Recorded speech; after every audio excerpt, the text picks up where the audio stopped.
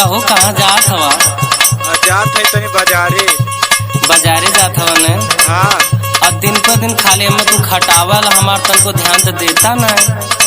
आखिर तोहरे कहे का मतलब का हो हम समझ ना पाओ। अच्छी चीज लावे के सुना तो साफ साफ बतावा ने। पोरे पोरे दहिया गोटाए वाली, पोरे पोरे दहिया गोटाए वाली, लागा दबैया मोटाए वाली।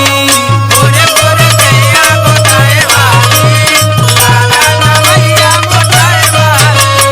पोरे पोरे दहिया गोटाए वाली, लागा दबैया मोटाए वाली। सुनत हुआ ने? हाँ हाँ सुनत है। पोरे पोरे दहिया गोटाए वाली, पोरे पोरे दहिया गोटाए वाली, लागा दबैया मोटाए वाली। पोरे पोरे दहिया गोटाए वाली, लागा दबैया मोटाए वाली। पोरे पोरे दहिया गोटाए वाली, लागा दबैया मोटाए वाली।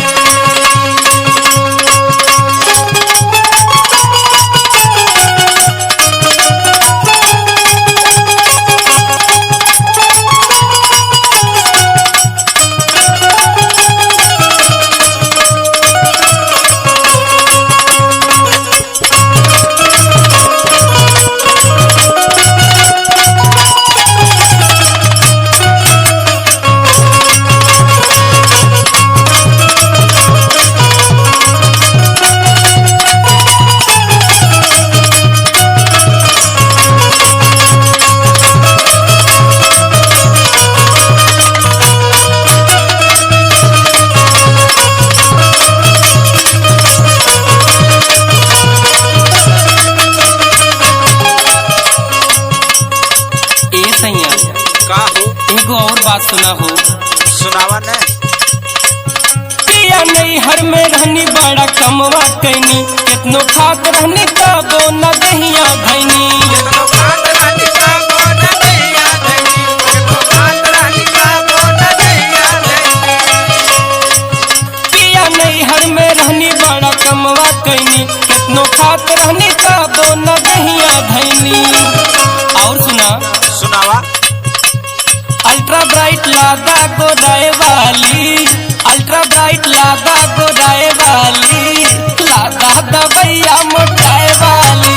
अल्ट्रा ब्राइट लादा गोदाए वाली, लादा दबैया मोटाए वाली। अल्ट्रा ब्राइट लादा गोदाए वाली, लादा दबैया मोटाए वाली।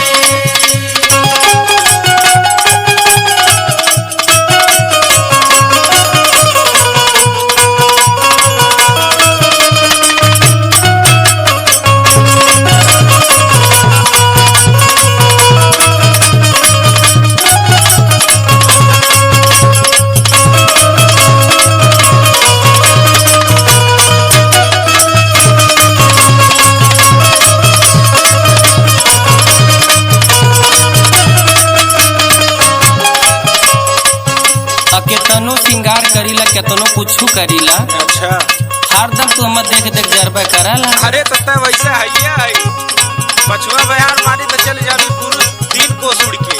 अच्छा हाँ। पहले हमार बात सुना। सुनाओ। बनी पातर त देखी देखी गुस्सा करेला, देखी प्रीतम के चाल पिया खूब जरेला। देखी प्रीतम के चाल पिया खूब जरेला। देखी प्रीतम के चाल पिया खूब जरेला। बनी पातर त देखी देखी गुस्सा करेला, देखी प्रीतम के चाल पिया खूब जरेला। और सुना। सुनावा।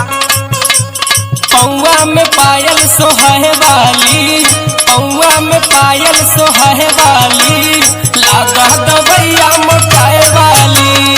पौआ में पायल सोहाए वाली, लागा दबैया मोटाए वाली। पौआ में पायल सोहाए वाली, लागा दबैया मोटाए वाली। पोरे पोरे दहिया गोटाए वाली, पोरे पोरे दहिया गोटाए वाली,